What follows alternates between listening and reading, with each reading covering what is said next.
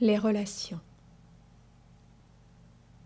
Comme nous sommes prompts à former une opinion sur une personne, à la juger, il est satisfaisant pour le mental égoïque de classer un autre humain, de lui accoler une identité conceptuelle, de prononcer sur lui un jugement vertueux.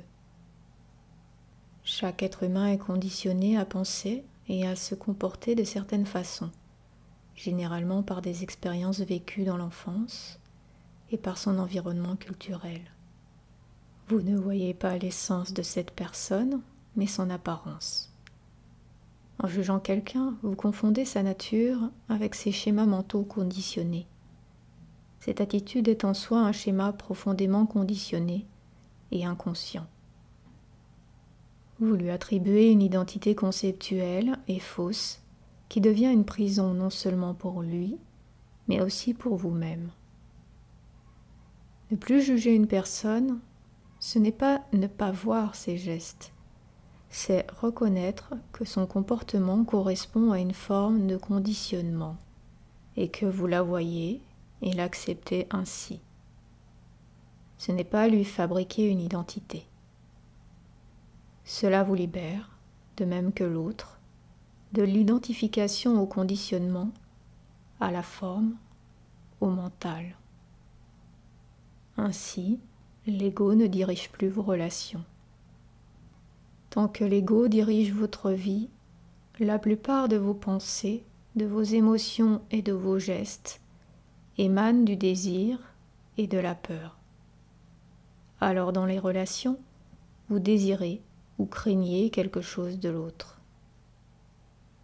Ce que vous voulez de lui, ce peut être le plaisir ou le gain matériel, la reconnaissance, des louanges ou de l'attention, ou un renforcement de votre sentiment de soi par la comparaison et l'affirmation que vous êtes supérieur à lui, du point de vue de l'être, de l'avoir ou des connaissances.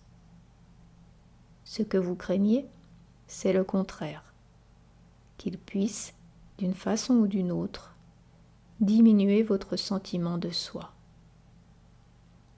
Lorsque vous focalisez votre attention sur le moment présent, au lieu d'en faire usage comme d'un simple moyen, vous dépassez l'ego et l'impulsion inconsciente d'utiliser les gens pour vous mettre en valeur à leurs dépens. En accordant toute votre attention à votre interlocuteur, vous écartez de la relation le passé et le futur, sauf pour des questions pratiques. En étant pleinement présent à votre interlocuteur, vous renoncez à l'identité conceptuelle que vous lui avez fabriquée, votre interprétation de son identité et de son passé. Et vous pouvez interagir sans les impulsions égoïques du désir et de la peur. La clé, c'est l'attention, qui est la quiétude éveillée. Comme c'est merveilleux de dépasser le désir et la peur dans les relations. L'amour ne veut ni ne craint rien. Si son passé était le vôtre, sa douleur la vôtre, son niveau de conscience le vôtre, vous penseriez et agiriez exactement comme lui. Avec cette prise de conscience viennent le pardon, la compassion, la paix.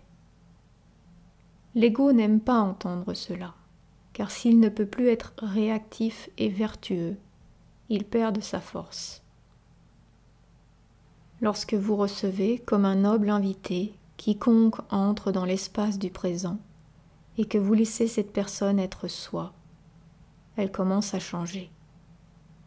Pour connaître un autre humain dans son essence, vous n'avez pas vraiment besoin de connaissances sur lui, son passé, son histoire. Nous confondons la connaissance superficielle avec une connaissance profonde, qui n'est pas conceptuelle. Ce sont là deux modalités complètement différentes. L'une se préoccupe de la forme, l'autre de ce qui n'en a pas. L'une procède de la pensée, l'autre du calme. La connaissance superficielle est utile à des fins pratiques. Sur ce plan, nous ne pouvons nous en passer. Mais lorsque c'est le mode prédominant de la relation, elle devient fort contraignante et même destructrice. Les pensées et concepts engendrent une barrière artificielle, une séparation entre les humains. Alors, vos interactions ne sont pas enracinées dans l'être, mais basées sur le mental. Sans les barrières conceptuelles, l'amour est naturellement présent dans toutes les interactions humaines.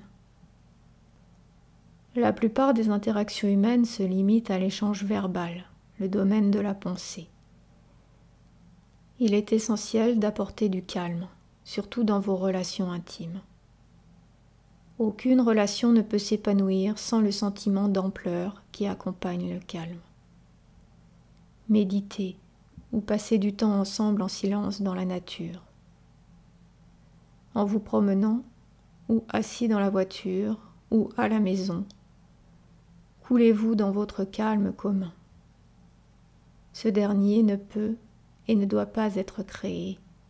Il suffit d'être réceptif au calme déjà présent, mais généralement couvert par le bruit mental. Sans ce calme spacieux, la relation sera dominée par le mental et aisément envahie par les problèmes et les conflits.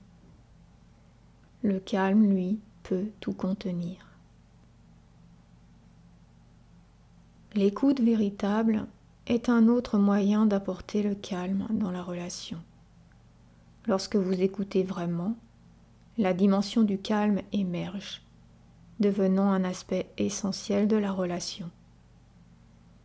Mais l'écoute véritable est un talent rare. Habituellement, une personne accorde une grande part de son attention à sa pensée.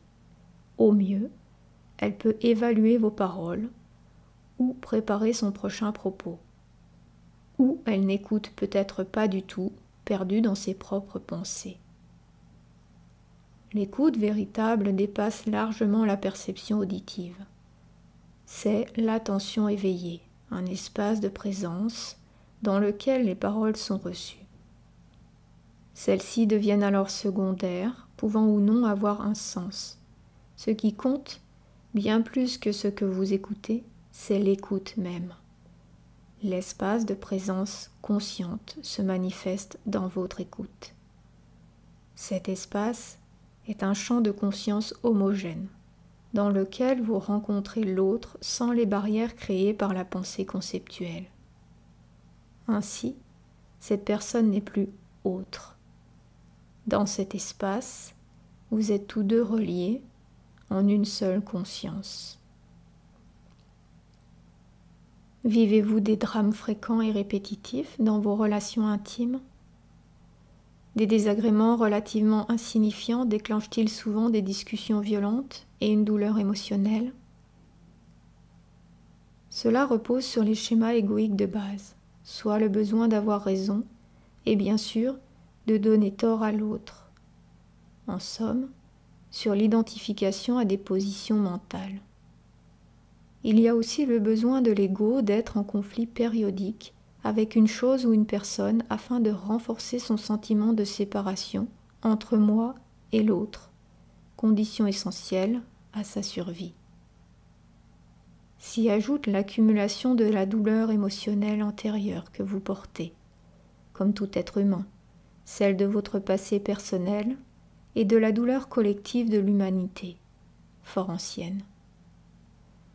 Ce corps de souffrance est un champ d'énergie intérieure qui s'empare sporadiquement de vous, par besoin de sentir une plus grande douleur émotionnelle pour s'en nourrir et se reconstituer.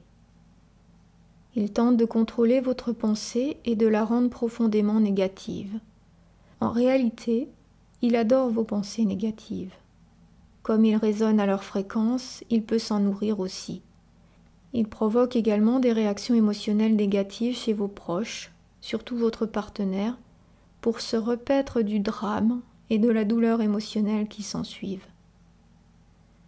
Comment vous libérer de cette inconsciente et profonde identification à la douleur qui engendre tant de malheur dans votre vie ? Prenez-en conscience.